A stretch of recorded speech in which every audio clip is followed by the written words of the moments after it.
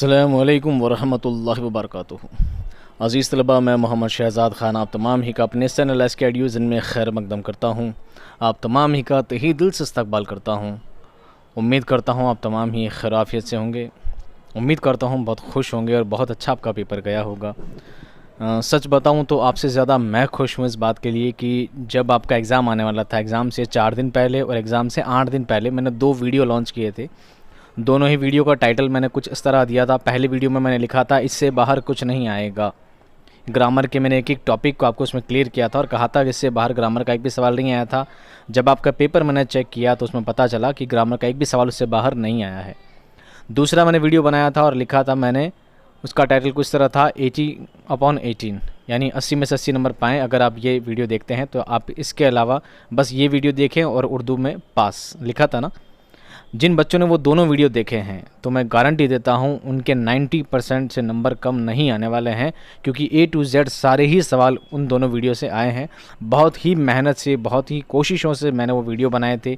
बहुत मेहनत करके बहुत ही सेलेक्टेड क्वेश्चंस लिए थे, बहुत सेलेक्टेड आंसर लिए थे। कोशिश की थी कि कम से कम इन 2 वीडियो को पढ़कर जिन बच्चों ने बिल्कुल तैयारी नहीं की है वो इन दोनों वीडियो को प्रिपेयर करके क्या कर ले, एग्ज़ाम को अच्छा कर सके। मैंने कोशिश की थी और अल्लाह ताला ने उसको कामयाब किया। इससे मैं बहुत बहुत खुश हूँ और उम्मीद करता हूँ आप मुझसे ज़्यादा खुश होंगे अगर आपका पेपर अच्छा गया है तो। क्योंकि कई बार बच्चे क्या होते हैं, ये तो वही है, सर ने तो कॉपी पेस्ट कर दिया है, तो वही है जो हमारे क्लास में पढ़ाते हैं, तो वही है जो हमें सर ने भेजा है, ये तो हर बार आता है। कुछ बच्चे तवज्जो नहीं देते हैं। तो जाहिर सी बात है, जो जिस बच्चे ने जितनी तवज्जो दी है, जिस बच्चे ने जितना ज़्यादा ध्यान लगाया है, जिस बच्चे ने जितना ज़्यादा इम्पोर्टेंट उसे समझा है, तो उस बच्चे का उतना ही अच्छा पेपर गया होगा। और मैं दुआ करता हूँ जिस बच्चे ने ध्यान दिया है, नहीं दिया है, अल्लाह ताला सभी बच्चों का पेपर बहुत अच्छा करे और सभी को कामयाबी अता करे। चलिए, आज जो मैं लेकर आया हूँ आपके लिए आंसर की बहुत ज़्यादा डिमांड आ रही थी, सर आंसर की लाइए, आंसर की लाइए, आंसर की लाइए। तो आज जो आपका पेपर है उर्दू का, उसके आंसर की लेकर आया हूँ। कुछ इस तरह का आपका पेपर आया था, ठीक है, और बहुत ही आसान इसमें सवालात थे। ये आपका पेपर का हेडर है, उसके बाद ये कुछ हिदायत हैं जिसको आपको ध्यान में रखना था। अब ये सब बातें बताना आपके लिए ज़रूरी नहीं है। सवाल आपके स्टार्ट होते हैं यहाँ से, ठीक है, पहले सवाल स्टार्ट होने हैं यहाँ से। मैं आपको 2 बातें बता देता हूँ, उसके बाद कंटिन्यू कर दूँगा बिना किसी रोक टोक के। बहुत स्पीड से हम पूरे पेपर को क्या करेंगे, फटाफट हल करेंगे। जो भी मैंने दोनों वीडियो बनाए थे, दोनों वीडियो में ग्रामर के भी और बुक के भी दोनों में क्वेश्चन अलग अलग बारी बारी लिए थे। एक में सिर्फ ग्रामर के सवाल थे, दूसरे में सिर्फ बुक के सवाल थे, ठीक है। और मैंने बताया था, देखो जो छोटा सवाल है चाहे बड़ा सवाल है, बड़े सवाल से कई बार छोटा सवाल पूछ लिया जाता है, छोटे सवालों को मिलाकर कई बार बड़ा सवाल पूछ लिया जाता है, सवालों को मॉडिफाइड कर दिया जाता है, लेकिन सवाल वही रहते हैं। ये बात मैंने आपको पहले बताई थी। अगर आपने वो वीडियो देखे होंगे तो आपको सब बातें क्या होंगी, याद होंगी। चलिए हम बारी बारी सवालों को हल करते हैं। आप पेन कॉपी पेपर लेके बैठ जाइए, अपना पेपर लेके बैठ जाइए, देखिए कितने सवाल आपके सही हैं। जितने सवाल आपके 23 में से सही गए हैं, आप प्लीज़ मुझे कमेंट बॉक्स में ज़रूर बताइएगा कि सर हमारे इतने सवाल अच्छे गए हैं और हमें उम्मीद है कि हमारे इतने नंबर ज़रूर आ जाएंगे। प्लीज़ प्लीज़ प्लीज़ आप मुझे कमेंट बॉक्स में ज़रूर बताइएगा। मैं आपके कमेंट्स का ज़रूर इंतज़ार करूँगा, बहुत ज़्यादा इंतज़ार, बेसब्री से इंतज़ार करूँगा कि मेरी मेहनत कितनी ज़्यादा रंग लाई है। सवाल नंबर 1, ये तो आपको पता ही है, मंदरजे सवाल क्या करने हैं, 4 में से एक चुनना है, जाहिर सी बात है। सबक बेतकल्लुफ़ी की शुरुआत किस मशहूर शायर के मिसरे से होती है? सही जवाब इसका है क्या, जीम। क्या है, जीम। ए ज़ौक़ तकल्लुफ़ में है तकलीफ़ सरासर। यहीं से पार्ट क्या होता है, शुरू होता है, सबक यहीं से हमारा स्टार्ट होता है। सवाल नंबर 2, राजपूतों के एक सरदार का नाम था धनपत, लाजपत, रघुपत या गणपत। सही नाम क्या था? सही जवाब क्या बच्चों, रघुपत। ये आप देखना, वो दोनों वीडियो जिन बच्चों ने नहीं देखा है, मैं उन दोनों वीडियो का लिंक डिस्क्रिप्शन में मेंशन करूंगा, आप देखना, या कमेंट में मेंशन करूंगा, आप दोनों वीडियो जाकर देखना और बताना कि उससे सवाल आए हैं कि नहीं आए हैं। हर एक सवाल मैंने आपको जो बताया था एज इट इज़ वही सवाल आए हैं, ठीक है। आप वापस चेक करके मुझे बताना। अगला सवाल है, उत्तर भारत में कौन सी प्राकृत बोली जाती है? सही जवाब है शूरसेनी। कौन सी बोली जाती है बच्चों? शूरसेनी बोली जाती है। सबक खुदा के नाम किस ज़बान की कहानी का उर्दू में तर्जुमा है? ये कहानी है स्पेनी कहानी। कौन सी कहानी है? स्पेनी कहानी। डॉक्टर अंबेडकर का ताल्लुक़ किस ख़ानदान से है? महार ख़ानदान से, महाराष्ट्र के महार ख़ानदान से। और ये सवाल भी मैंने आपको लास्ट में बताया था। अगला सवाल है, आपके निसाब में शामिल रतन सिंह की कहानी में काठ का घोड़ा किसे कहा गया है? बुंदू, बदरू, चन्नू या मन्नू? सही जवाब है बुंदू। बुंदू के पीछे पूरी कहानी होती है। काठ का घोड़ा हमने सबक पढ़ा है, बहुत डिटेल में हमने जाना है, एक एक सवाल को बहुत क्लियरी से समझाया गया था। आपके निसाब में शामिल किस शायर ने खुसूसन बच्चों के लिए नज़में लिखी है? वो हैं जनाब इस्माइल मेरठी। ये बच्चों के शायर कहलाते हैं, ये बात मैंने अलग से आपको बताई थी। इस्माइल मेरठी क्या कहलाते हैं? बच्चों के शायर कहलाते हैं। मौत का एक दिन मुअय्यन है में मुअय्यन की मानी है? आर्जी, तयशुदा, कभी कभी या हमेशा? सही जवाब है तयशुदा। मौत का एक दिन मुअय्यन है यानी मौत का एक दिन तयशुदा है, मौत तो एक दिन आनी ही आनी है। फिर नींद क्यों रात भर नहीं आती? ये किसका शेर है? मिर्ज़ा गालिब का। खुदाए सुखन के लक़ब से किस शायर को याद किया जाता है? सही जवाब है मीर को। इकबाल कहाँ पैदा हुए थे? सही जवाब है प्यारे बच्चों सियालकोट में। इकबाल कहाँ पैदा हुए थे? सियालकोट में। अब बताइएगा मुझे कितने सवाल सही जा रहे हैं आपके, ठीक है? उम्मीद करता हूँ सभी बच्चों ने सही जवाब दिया होगा। रविश रविश को इस समन की कहकशां बनाएंगे में कहकशां के मानी हैं? सितारों का झुरमुट। कहकशां किसे कहते हैं? सितारों का झुरमुट। ज़ौक़ का असल नाम है? ये तो आपको पता ही होगा, आपके चैप्टर के सबसे पहले है शेख मोहम्मद इब्राहिम ज़ौक़। ज़ौक़ क्या है? इनका तखल्लुस है, इनका पूरा नाम है शेख मोहम्मद इब्राहिम ज़ौक़। जब इनकी सवाने हयात हम पढ़ते हैं तो उसके अंदर सब बातें आपको बताते हैं कि असली नाम क्या है, पूरा नाम क्या है ना बच्चों?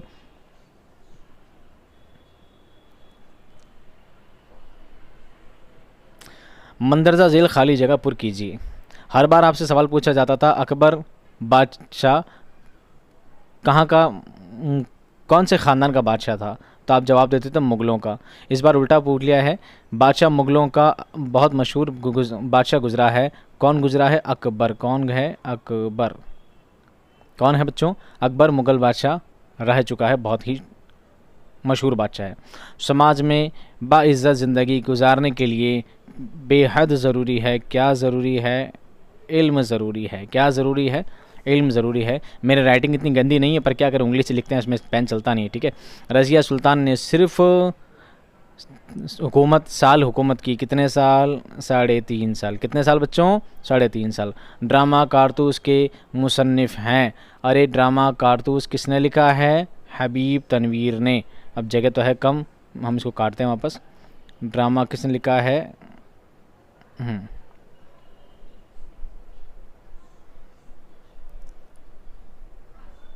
हबीब तनवीर। किसने लिखा है? हबीब तनवीर ने लिखा है कारतूस। तारीफ़ उस की जिसने जहां बनाया। अरे जहां किसने बनाया है प्यारे बच्चों? खुदा ने। किसने बनाया है? खुदा ने। लाई हयात आए क्या ले चली चले? क़ज़ा ले चली चले। क़ज़ा ले चली चले। क़ज़ा यानी मौत, मौत ले चली और चली। लीनशु की फसल किस लिए तबाह हो गई थी? लीनशु की फसल किस लिए तबाह हो गई थी? तो ये हम उसका पूरा जवाब देंगे। लीनशु की फसल ज़ालाबारी से क्या हो गई थी? तबाह हो गई थी। किससे हो गई थी? ज़ालाबारी से, यानी ओला बरसने से उसकी फसल तबाह हो गई थी, और ये बात उसने अपने ख़त में लिखा था। कर्नल से कारतूस मांगने वाला सवार कौन था? कर्नल से कारतूस मांगने वाला सवार कौन था? वो था वज़ीर अली। कौन था बच्चों? वज़ीर अली। कौन था? वज़ीर अली था। सबक काठ का घोड़ा के मुसन्निफ़ का नाम है? किसने लिखा है सबक काठ का घोड़ा? तो काठ का घोड़ा के मुसन्निफ़ कौन है? काठ का घोड़ा के मुसन्निफ़ हैं रतन सिंह। कौन है? रतन सिंह। अब यहाँ पे पेन सही चलता नहीं, देख लो आप फिर भी। रज़िया की फ़ौज का मुकाबला किस से हुआ? ये मैंने आपको पहले बताया था। रज़िया की फ़ौज का मुकाबला अल्तूनिया से हुआ था। किससे हुआ था? अल्तूनिया से हुआ था। और उसी अल्तूनिया से बाद में उनकी क्या हो गई थी? शादी भी हो गई थी, और ये बात मैंने आपको वीडियो में बताई थी। रज़िया की फ़ौज का मुकाबला किससे हुआ था? अल्तूनिया से हुआ था। ड्रामा कारतूस के मुताबिक सआदत अली कौन है? सआदत अली वज़ीर अली का क्या था? चाचा था, ठीक है, और जो कि ऐश परस्त आदमी था। नज़्म नेकी और बदी के मुताबिक किसकी नाव पार उतरती है? जो औरों की नाव पार करे उसकी भी नाव उतरनी है, यानी जो लोगों की मदद, जो लोगों की नाव पार लगाता है उसकी भी नाव पार उतरती है। अगला सवाल है, ज़ौक़ ने अक्ल पर फ़ख्र करने के लिए क्यों मना किया है? ज़ौक़ ने अक्ल पर फ़ख्र करने के लिए क्यों मना किया है? ज़ौक़ कहते हैं कि दानिश तेरी न कुछ मेरी दानिशवरी चले, यानी इस दुनिया में इंसान को अपनी अक्ल पर, अपने शऊर पर, अपनी समझ पर घमंड नहीं करना चाहिए, तकब्बुर नहीं करना चाहिए, फ़ख्र नहीं करना चाहिए, क्योंकि होता वही है। इंसान की समझदारी से इंसान की होशियारी धरी की धरी रह जाती है। इस दुनिया में वही होता है जो रब्बुल इज़्ज़त की यानी अल्लाह ताला की मर्ज़ी होती है, वही होता है। इंसान की होशियारी, इंसान की समझदारी से कुछ भी दुनिया में काम नहीं होता। इसलिए ज़ौक़ कहते हैं कि इंसान को अपनी अक्ल पर, अपने शऊर पर, अपनी समझ पर फ़ख्र नहीं करना चाहिए, घमंड नहीं करना चाहिए। कदम बढ़ाओ दोस्तों से शायर की क्या मुराद है? शायर की मुराद है कि कदम बढ़ाओ, कदम से कदम बढ़ाते चलो और अपने आप को कामयाबी की तरफ लेकर जाओ। कामयाबी आपका इंतज़ार कर रही है। फिर रास्ते में पहाड़ आए, चाहे गार आए, चाहे गुफाएं आए, कैसी भी रुकावटें आएँ, अपने आप को कामयाबी की तरफ लेकर जाओ। कदम बढ़ाओ दोस्तों, किसी भी हाल में, किसी भी रुकावट में इंसान को रुकना नहीं चाहिए, अपनी कामयाबी की तरफ बढ़ते रहना चाहिए। बेचैनी के आलम में शायर पर क्या बीत रही है? हालत अब इज़्तिराब की सी है। ये शेर अपने बताया गया था कि शायर की हालत कैसी है, इज़्तिराब की सी है। ये मीर का शेर था। क्या था? मीर तक़ी मीर का शेर था कि बार बार उसके दर पे जाता हूँ, हालत अब इज़्तिराब की सी है, यानी बेचैनी के आलम में, यानी शायर बार बार उसके दर पे जाता है, बार बार अपने महबूब के दर के चक्कर लगाता है, और हालत कैसी है? इज़्तिराब कैसी है? और हालत कैसी हो गई है? बेचैनी कैसी हालत हो गई है? बेचैनी में बार बार अपने महबूब के दर के दरवाजे के चक्कर लगाता है। कौन? महबूब, आशिक। अगला सवाल है, मिर्ज़ा गालिब कब पैदा हुए? तो आपको लिखना है मिर्ज़ा गालिब 1769 में पैदा हुए। ठीक है। ज़ौक़ किस बादशाह के उस्ताद हैं? ज़ौक़ बहादुर शाह ज़फ़र। ज़ौक़ बहादुर शाह ज़फ़र के कौन थे? उस्ताद थे, और ये कौन है? मुग़ल बादशाह गुजरे हैं। ठीक है। अगला सवाल देखिए। अगला जो सवाल है, अब सवाल में क्या है? पैसेज है। क्या है? पैसेज है, और बहुत ही आसान पैसेज दिया गया है। हम पैसेज को नहीं पढ़ेंगे, हम डायरेक्ट सवाल को पढ़ेंगे और पैसेज से आंसर आपको बताते चलेंगे कंटिन्यू। ठीक है। हम इस बॉक्स को क्या करते हैं? साइड में लेते हैं और आपको बारी बारी बताते हैं। पहला सवाल है, हमारे मुल्क की अनमोल दौलत क्या है? तो पहला ही सवाल का जवाब ये रहा, कौमी यकजहती हमारे मुल्क की अनमोल दौलत है। हमारे मुल्क की अनमोल दौलत क्या है? कौमी यकजहती हमारे मुल्क की अनमोल दौलत है। दूसरा है, कौमी यकजहती को परवान चढ़ाने के लिए हमारी क्या ज़िम्मेदारियां हैं? तो यहाँ लिखा है, कौमी यकजहती को मज़ीद परवान चढ़ाने के लिए हमारी भी ज़िम्मेदारियां हैं। ज़िम्मेदारी क्या है? यहाँ से लिखना था, हमें मजहबी तआस्सुब को दूर करना है और मुश्तरका तहज़ीब को पहचान को बरकरार रखना है। ये क्या हो गया? इसका जवाब हो गया। हमें किन जगहों का एहतराम करना चाहिए? तो यहाँ लिखा है,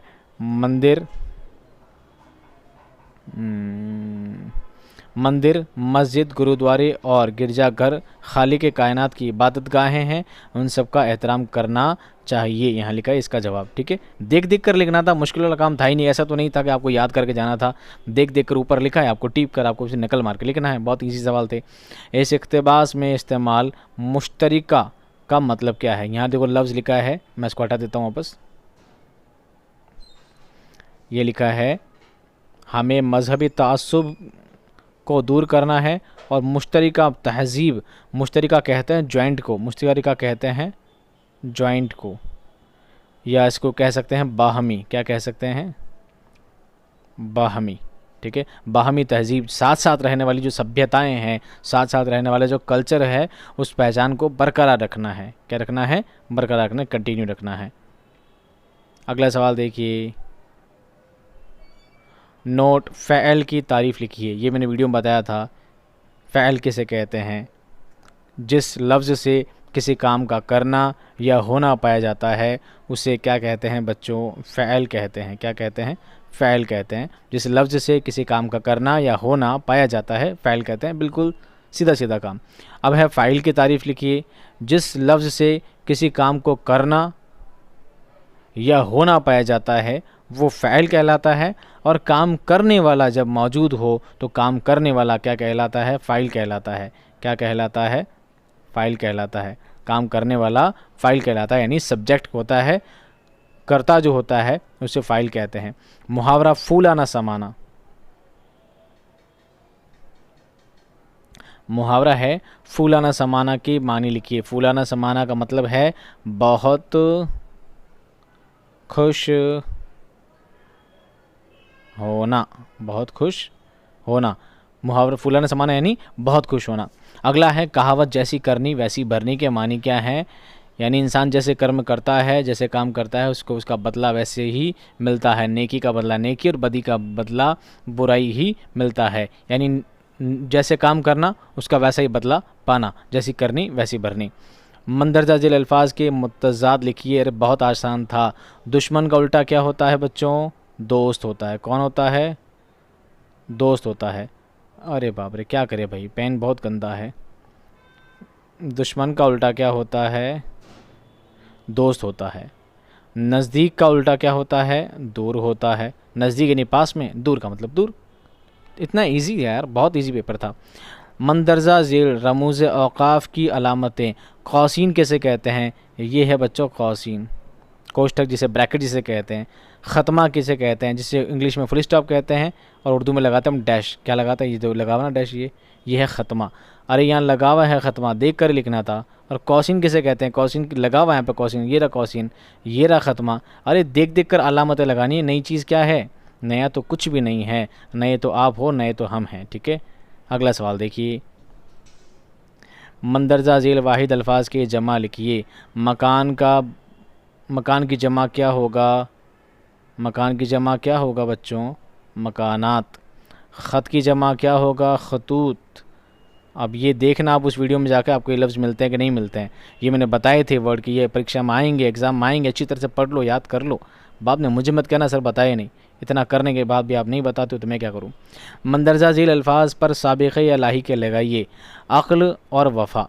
अक्ल से क्या बन सकता है? बेअक्ल हो सकता है। अक्ल से क्या हो सकता है? बेअक्ल हो सकता है, नहीं हो सकता। और देखिए, अक्ल से बेअक्ल हो सकता है अगर आप उसको साबिका लगाएं। अगर आप इसे लाहिका लगाना चाहते तो ये क्या हो सकता था? अक्लमंद हो सकता है। अक्लमंद हो सकता है, दोनों हो सकता है। अब है वफ़ा। क्या है दूसरा लफ्ज़? वफ़ा। अब वफ़ा से दोनों लफ्ज़ हो सकते हैं। वफ़ा से बेवफ़ा भी हो सकता है। अगर हम इसमें क्या लगाना चाहें, अगर हम इसमें साबिका लगाना चाहें बे, तो बे से बन जाएगा बेवफ़ा। और अगर हम इसमें लाहिका लगाना चाहें, क्या लगाना चाहें बच्चों? प्रत्यय लगाना चाहें, तो ये क्या हो सकता है? वफ़ादार। क्या हो सकता है? वफ़ादार। ठीक है, एक वफ़ादार इंसान होता है ना, वफ़ादार। कितना इजी था यार। अब ये नहीं कर पाओ तो बस आप तो मेरी। लीन शू ने खुदा के नाम ख़त में क्या लिखा था? अब ये सवालों के जवाब मैंने उसी में बताए हैं, तो आप चाहें तो डीपली वहाँ जाकर वापस देख सकते हैं।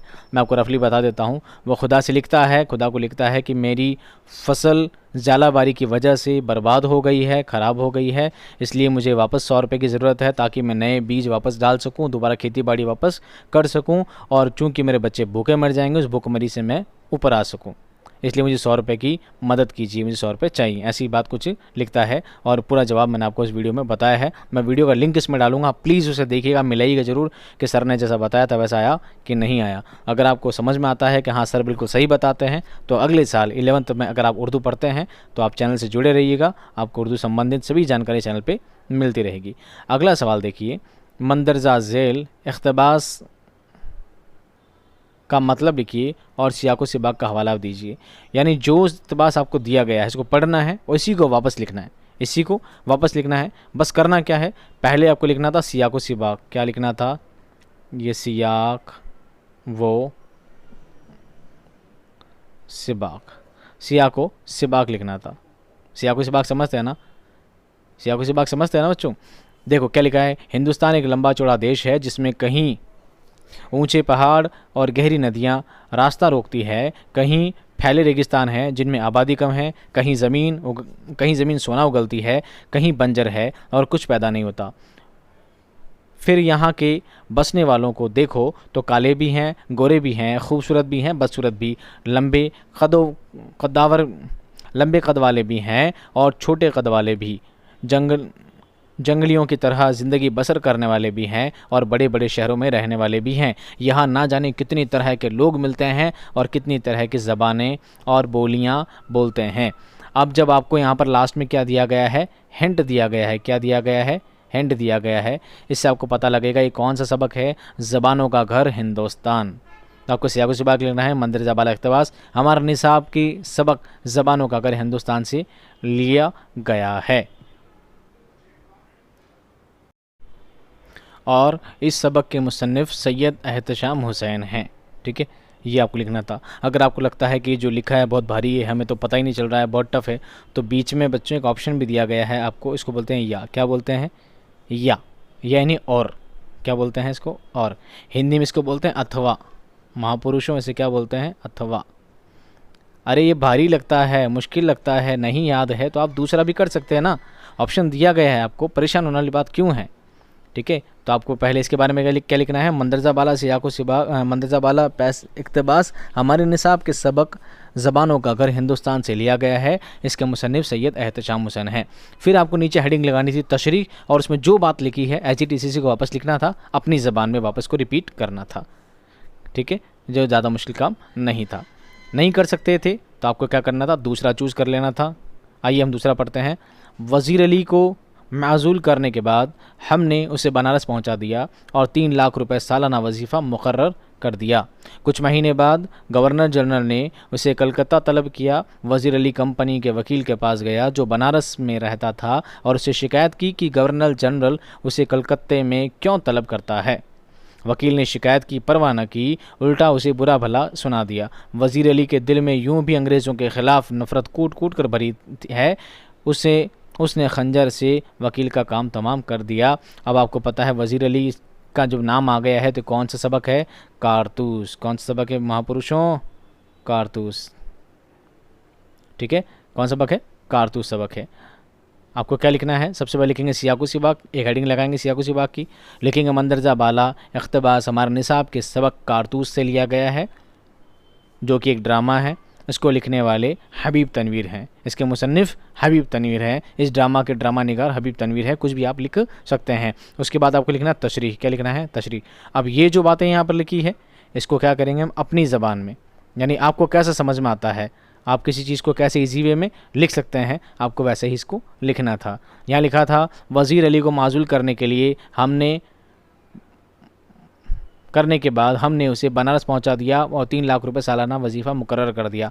अभी ये जो लाइन लिखी गई है इसको आपको वापस रिपीट करके ये लिखना था कि अंग्रेज़ों ने वज़ीर अली को माज़ूल करके गद्दी से हटा करके कहाँ बनारस भेज दिया गया था और हर साल 3 लाख रुपए सालाना वजीफ़ा उसके लिए तय कर दिया था। इसी बात को आगे कंटिन्यू करना था। कुछ महीने बाद गवर्नर जनरल ने उसे कलकत्ता तलब किया। फिर लिखा अंग्रेज़ों के गवर्नर जनरल ने उसे गवर्नर जनरल ने कलकत्ता तलब किया था, कलकत्ता में बुलाया था। अपनी ज़बान में मैं आपको सबक कैसे समझाता था, अपनी भाषा में आसान ज़बान में, आपको वही तरीका इसमें अपनाना था, कोई मुश्किल काम नहीं है। चलिए अगला है मुंशी प्रेमचंद के मुख्तसर हालात ज़िंदगी लिखिए, कन्हैया लाल कपूर के मुख्तसर हालात ज़िंदगी लिखिए। अब ये सब बातें हम रिपीट नहीं करेंगे। मुंशी प्रेमचंद का और कन्हैया लाल कपूर का दोनों में से किसी एक का आपको हालात ज़िंदगी बताना था। मुंशी प्रेमचंद के बारे में तो आप छोड़ दीजिए, कन्हैया लाल कपूर के बारे में हमने आपको बताया था। हमने आपको कन्हैया लाल कपूर के बारे में बताया था कि ये वाला एग्ज़ाम में आएगा आएगा आएगा, अच्छी तरह समझाया था। आप लोगों ने गौर नहीं किया तो ये आपकी गलती है। ठीक है, अब आप वीडियो देखें, वहाँ जाकर आप पूरा जानेंगे, आपको पता लगेगा। मैं आपको हर एक बात यहाँ पर नहीं बताने वाला, फिर भी आप रिक्वेस्ट करते हैं तो चलो कोशिश करते हैं आपको उसका जवाब भी निकाल कर देते हैं। देखो वीडियो में इसका जवाब कहाँ पर था, 1 मिनट आप होल्ड करिए।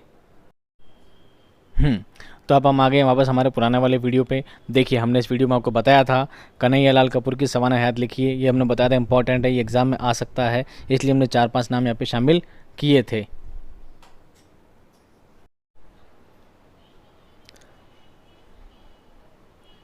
तो अब हम आ गए हमारे पुराने वाले वीडियो पर, जो कि हमने बताया था आपको एग्ज़ाम से पहले। हमने टाइटल दिया था 18 आउट ऑफ 18, 89 आउट ऑफ 80, 80 में से 80 नंबर लाएंगे अगर आप ये वाला वीडियो देखेंगे।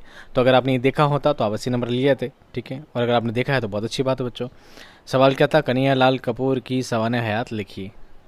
क्या लिखना था, नाम कन्हैया लाल कपूर, पैदाइश 1910 ईस्वी पाकिस्तान के शहर लाहौर में, वफ़ात 1980 पंजाब में।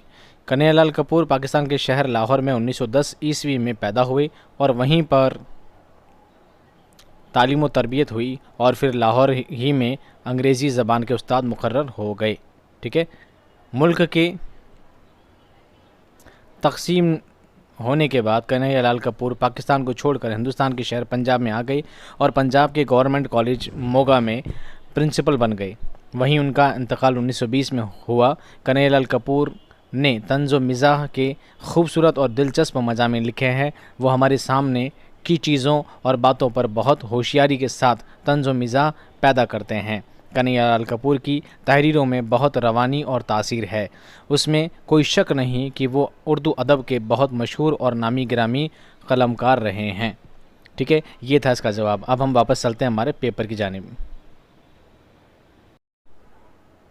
लो, हम वापस आ गए पेपर पे, ठीक है। तो मुंशी प्रेमचंद और कन्हैया लाल कपूर दोनों में से किसी एक का करना था। कन्हैया लाल कपूर का मैंने आपको बताया था। अगर आप किसी बच्चों को मुंशी प्रेमचंद का भी याद हो तो उसका लिख सकता है। अब देखते हैं अगला सवाल। सवाल नंबर 19 क्या है, ये 2 गज़ल के शेर दिए गए हैं। अशार के मतलब लिखिए और शायर का हवाला भी दीजिए। कोई उम्मीद बर नहीं आती, कोई सूरत नज़र नहीं आती। आपको सबसे पहले लिखना है सियाको सिबाक कि मंदरजा बाला शेर, अशार या शेर हमारे निसाब की गज़ल से लिया गया है जिसके शायर मिर्ज़ा गालिब हैं। ये था सियाको सिबाक। उसके बाद लिखना था उसकी तशरीह, कोई उम्मीद बर नहीं आती, कोई सूरत नज़र नहीं आती। यानी शायर कहता है कि अब मेरी बीमारी ठीक होने की कोई उम्मीद मुझे नज़र नहीं आती है और ऐसी कोई सूरत नज़र नहीं आती है, ऐसा कोई तरीका नज़र नहीं आता है कि मुझे लगता है कि मेरी बीमारी ठीक हो जाएगी। अपनी बीमारी को ठीक होने की मुझे कोई उम्मीद नहीं रही है। तो कोई उम्मीद नज़र नहीं आती, कोई सूरत नज़र नहीं आती, ना तो मुझे कोई ऐसी उम्मीद नज़र आती है, ना मुझे ऐसा कोई तरीका या ऐसी कोई सूरत नज़र आती है, ऐसी सूरत हाल नज़र आती है कि मेरी बीमारी को किसी तरह ठीक होगी। बीमारी क्या है, उन्हें इश्क हुआ है। क्या हुआ है, इश्क हुआ है। इश्क भी एक बीमारी है, ऐसा उसको तशबीह दिया है। और ये इश्क हकीकी है, इश्क मिजाजी नहीं है। दूसरा है, नाजुकी उसके लब की क्या कहिए, कहते नहीं कहिए, ठीक है, गलत छप गया है। पंखुड़ी एक गुलाब की सी है। मंदरजा बाला शेर किसने लिखा है, ये वाला तो लिखा है हमारे गालिब साहब ने, और ये वाला लिखा है मीर तकी मीर ने। किसने लिखा है, मीर तकी मीर ने, कंफर्म कर लेना। नाजुकी उसके लब की क्या कहिए, पंखुड़ी गुलाब कैसी है। मीर यहाँ लिखेंगे सियाको सिबाक मंदरजा बाला शेर। मैं आपको पेपर दिखा देता हूँ, ठीक है। जो मैंने आपको वीडियो बनाकर दिखाया ना, मैं आपको डायरेक्ट को दिखा देता हूँ, आपको पता चलेगा कि सर ने ये चीज़ें बताई थी कि नहीं। वेट, हम आ गए वापस वीडियो पे। देखो मैंने वीडियो में लिखा था नाजुकी उसके लब की क्या कहिए, पंखुड़ी गुलाब कैसी है। ये सवाल तशरीह आएगी आपके, और मैंने बताया था ऐसा आपको लिखना है। सियाको सिबाक ये गज़ल हमारी किताब में शामिल है और सबक गज़ल से लिया गया है। इसके शायर का नाम मीर तकी मीर है। तशरीह में लिखना था शायर महबूब की खूबसूरती का तज़किरा कर रहा है। होंठों का नाजुक होना खूबसूरती की दलील है। अब शायर कहता है कि मेरे महबूब के होंठ इतने नर्म व नाजुक हैं कि उनका बयान मुश्किल है। उन्हें गुलाब की पंखुड़ी कहें तो बजा है। यानी गुलाब की पंखुड़ी के जैसे मेरे महबूब के होंठ हैं, उनकी खूबसूरती बयान करते हैं, ठीक है। दूसरा शेर था मिर्ज़ा गालिब का, कोई उम्मीद बर नहीं आती, कोई सूरत नज़र नहीं आती। तो मैंने ये भी बताया था कि ये भी एग्ज़ाम में आएगा, और दोनों ही शेर आ गए हैं जैसे मैंने बताए थे छाँट कर।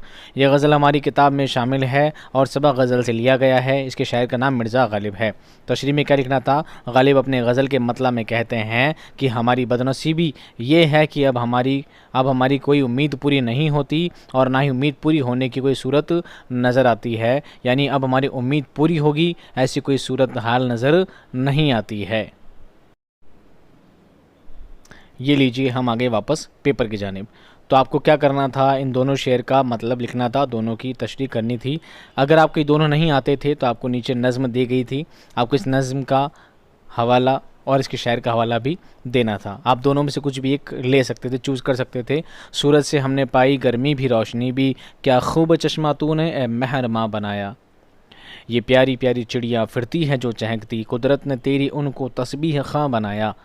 किसने लिखी है अब ये मैं आपको नहीं बताऊंगा, नहीं बताने की वजह क्योंकि मैं आपको दोनों पर बता चुका हूं और ये ज़्यादा इंपॉर्टेंट था, इंपॉर्टेंट वाला ही आया है, इसकी तरफ ध्यान देने की ज़रूरत आपको नहीं थी।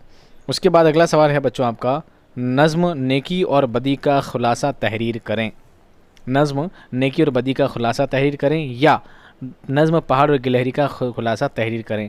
अब आपको ये बात भी मैं बता देता हूँ, नेकी और बदी को छोड़ो, नज़्म पहाड़ और गिलहरी का खुलासा मैंने आपको बोला था कि ये इंपॉर्टेंट है, इसलिए मैंने पूरी नज़्म को शामिल किया था और मैंने कहा था नज़्म आप ढंग से याद कर लें, आपके लिए बहुत है। आपको खुलासे में क्या लिखना था, जो भी नज़्म आपको दी गई है, जो भी आपको नज़्म दी गई है, आपको एज इट इज़ वही नज़्म लिखनी है, बस उसे अपनी ज़बान में वापस लिख देना है, अपनी ज़बान में वापस लिखना है, शायरी के तौर पर नहीं बल्कि आसान ज़बान में लिखना है। कैसे लिखना है चलो बता देते हैं, वेट। देखो मैंने जब ये नज़्म लिखी थी, कल आपको मैंने पहले वाले वीडियो में बताई थी इंपॉर्टेंट, तो मैंने लिखा था मोस्ट इम्पॉर्टेंट नज़्म। मैंने क्या कहा था, मोस्ट इम्पॉर्टेंट, यानी इससे खुलासा आएगा ही आएगा, तशरीह आएगी ही आएगी, बिल्कुल डन किया था। अब ये लिखा है, कोई पहाड़ ये कहता था एक गिलहरी से, तुझे हो शर्म तो पानी में जाके डूब मरे, ज़रा सी चीज़ है उस पर गुरूर क्या कहना, ये अक्ल और ये समझ ये शऊर क्या कहना। ठीक है, अब ये लिखा है शायरी फॉर्म में, ये लिखा है नज़्म के फॉर्म में, आपको इसे अपनी ज़बान में वापस लिखना था कि एक पहाड़ था, कोई पहाड़ था, वो गिलहरी से कहता था, गिलहरी से कहता था कि तुझे शर्म तो पानी में जाके डूब मरे, कि तुझे ज़रा सी शर्म नहीं आती, तुझे तो पानी में जाके डूब मरना चाहिए। ये बात पहाड़ अपनी बड़ाई कहते हुए, एक गिलहरी को छोटा मानते हुए, एक गिलहरी को जता रहा था कि तू बहुत छोटी है, तेरी मेरे सामने कोई औकात नहीं है। ज़रा सी चीज़ है इस पर गुरूर क्या कहना, ये अक्ल और ये समझ ये शऊर क्या कहना।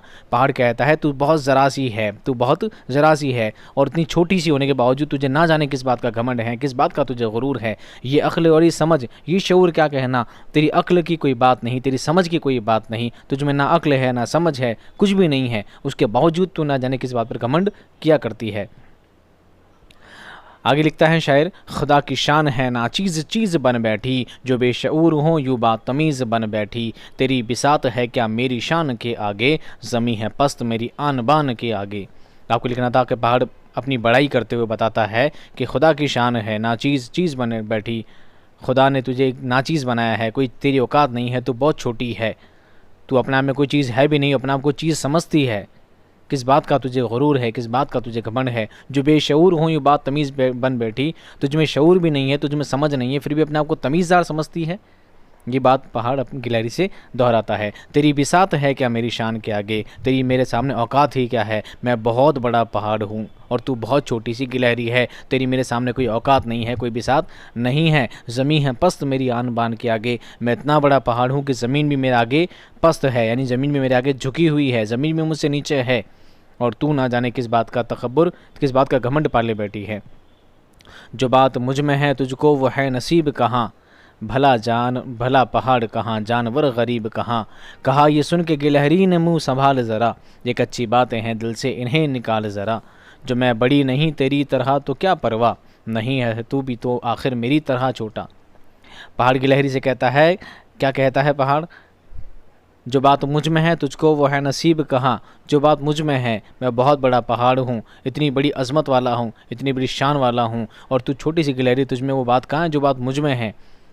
भला पहाड़ कहाँ, जानवर गरीब कहाँ, इतना बड़ा पहाड़, इतना बड़ा नाम है मेरा, रुतबा है मेरा, और तू छोटी सी गिलहरी, तेरी जानवर, तू छोटा सा जानवर, तेरी औकात क्या है। जानवर गरीब कहाँ, यानी तू बहुत छोटी है मेरे सामने, तेरा कोई वजूद नहीं है मेरे आगे। कहा ये सुन के गिलहरी ने मुँह संभाल ज़रा, इतनी देर गिलहरी चुपचाप बातें सुन रही थी, लेकिन गिलहरी ने को जब लगा कि पहाड़ बहुत ज़्यादा बोल रहा है, बहुत ज़्यादा अपनी बड़ाई मार रहा है, तो मुझे उसका जवाब देना चाहिए। गिलहरी ने कहा कि अपना मुँह संभाल के बात कर, अपना मुंह संभाल कर बात कर, किससे बात कर रहा है, ये कच्ची बातें हैं जो तू अपना को बड़ा बताता, ये फालतू की बातें हैं, इस बात को दिमाग से निकाल दे कि मेरा कोई वजूद नहीं है। अल्लाह ताला ने हर चीज़ को बनाया है, अल्लाह ताला ने अपनी कुदरत से हर चीज़ को बनाया है, और उसकी कुदरत हर चीज़ से नशोनुमा होती है, हर चीज़ से नुमायाँ होती है, हर चीज़ से ज़ाहिर होती है।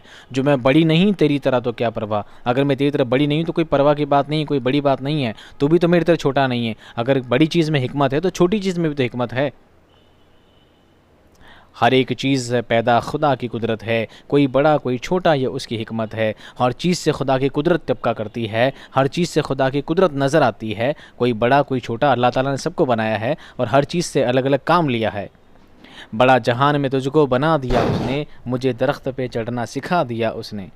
तुझे भले ही बहुत बड़ा बनाया है, लेकिन मुझे क्या सिखाया है? पेड़ पे चढ़ना सिखाया है। क्या तू पेड़ पे चढ़ सकता है? ये बात गिलहरी पहाड़ से पूछती है। कदम उठाने की ताकत नहीं ज़रा तुझ में, निरी बड़ाई है खूबी है और क्या तुझ में, जो तू बड़ा है तो मुझसा हुनर दिखा मुझको, ये छालिया ही सही, ये छालिया ही ज़रा तोड़ कर दिखा मुझको। गिलहरी कहती है कि सिर्फ बड़ा है, निरी बड़ाई यानी बहुत बड़ा है, फालतू का बड़ा है। सिर्फ बड़ाई के अलावा तुझ में और कुछ दूसरी काबिलियत, दूसरी खूबी तुझ में कुछ नहीं है। अगर तू कहता है तो बहुत बड़ा है, बहुत काबिल है, बहुत नाम वाला है, बहुत रुतबे वाला है, तो एक छोटा सा काम करके दिखा। ये जरा सी छालिया है जो मैं एक दांत से तोड़ के सकती हूँ, क्या तू छालिया तोड़ सकता है? तू तो अपनी जगह से कदम भी नहीं उठा सकता। ऐसी बातें कह कर गिलहरी पहाड़ का मुँह चुप कर देती है, बंद कर देती है। नहीं है चीज़ निकम्मी कोई ज़माने में, कोई बुरा नहीं कुदरत के कारखाने में। यानी उसके बाद गिलहरी कहती है कि दुनिया में कोई चीज़ निकम्मी नहीं है, कोई चीज़ बेजा नहीं है, कोई चीज़ बेकार नहीं है।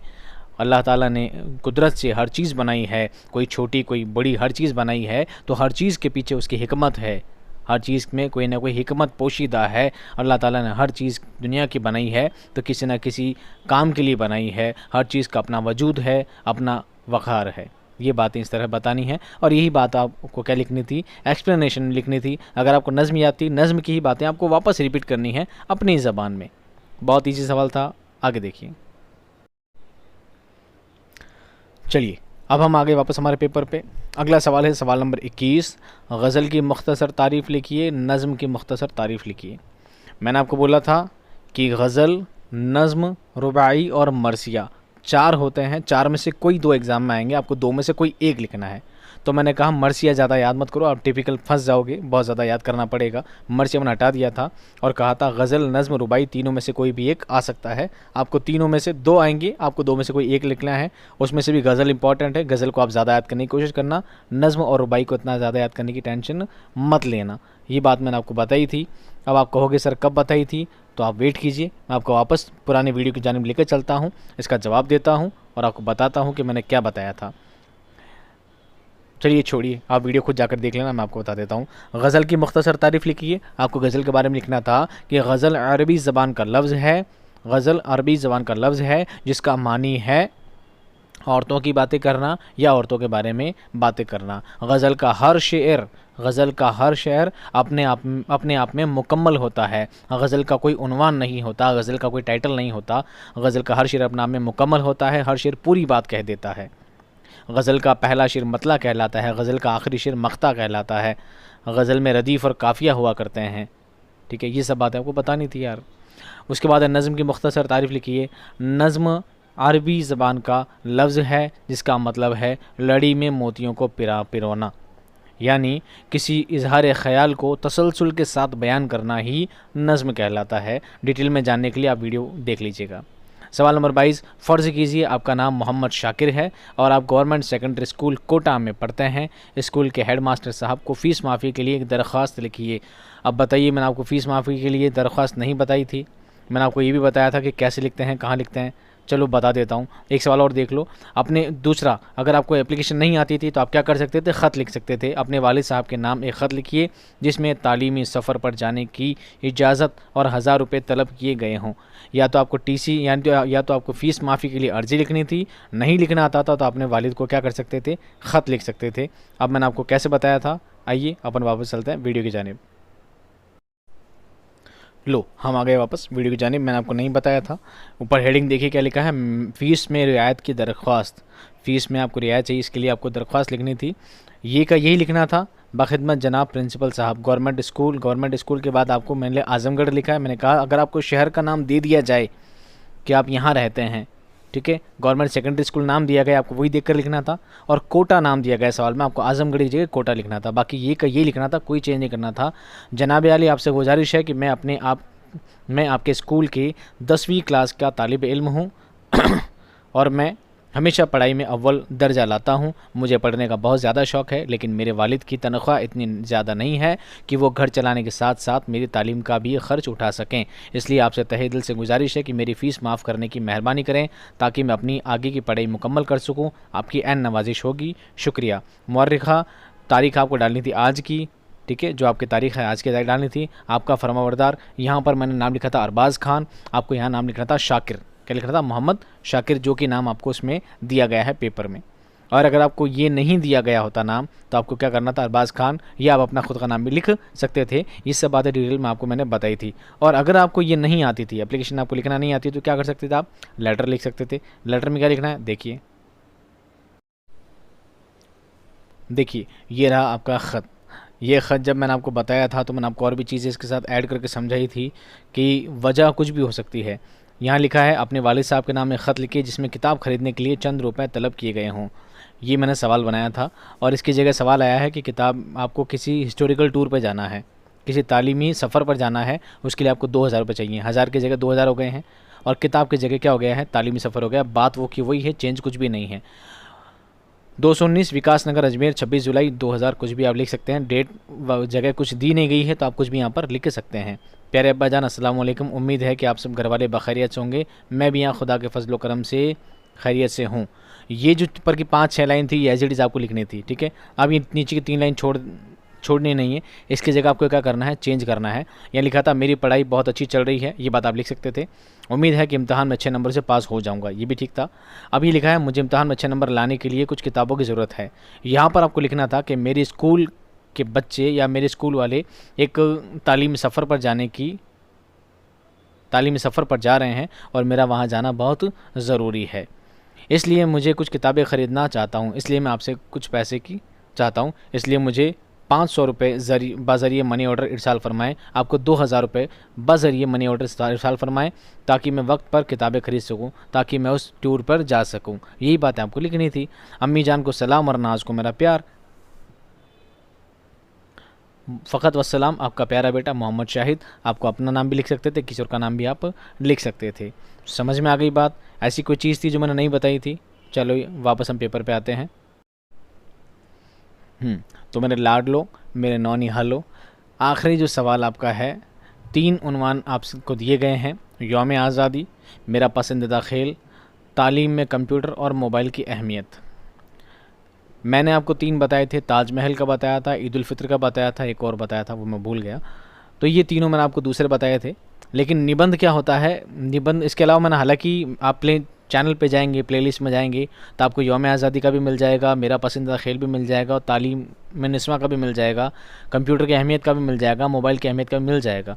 मैंने सब आपको अलग से समझाए हैं, पर इम्पॉर्टेंट में इसको शामिल नहीं किया था क्योंकि ज़्यादातर कला देखी जाती है आपके खुद के लिखने की, आप कितना जानते। यौम आज़ादी 15 अगस्त, 15 अगस्त के दिन क्या होता है, अरे 15 अगस्त के दिन क्या होता है, स्वतंत्रता दिवस के दिन क्या होता है, आपको वही चीज़ें तो आपको लिखनी थी। नई चीज़ क्या थी, नहीं आता तो मेरा पसंदीदा खेल, आप मान लो क्रिकेट खेलते हैं तो आपको क्रिकेट के बारे में ही लिखना था।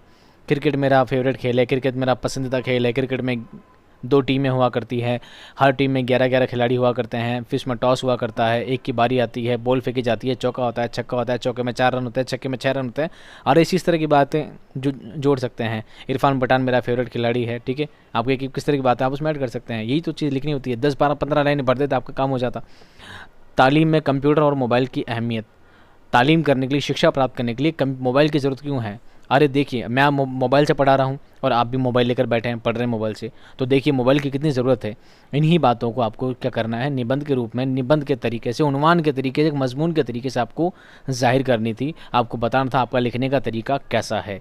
ये याद करने वाली चीज़ नहीं होती है। मजमून लिखना कोई याद करने वाला काम नहीं होता है। मजमून होता है आपके लेखन कौशल को समझना, आपके राइटिंग स्किल्स को समझना कि आप कितना अच्छा लिख सकते हैं, आप बातों को कितनी अच्छी तरह से किसी को समझा सकते हैं। यही बात इसमें देखने की होती है।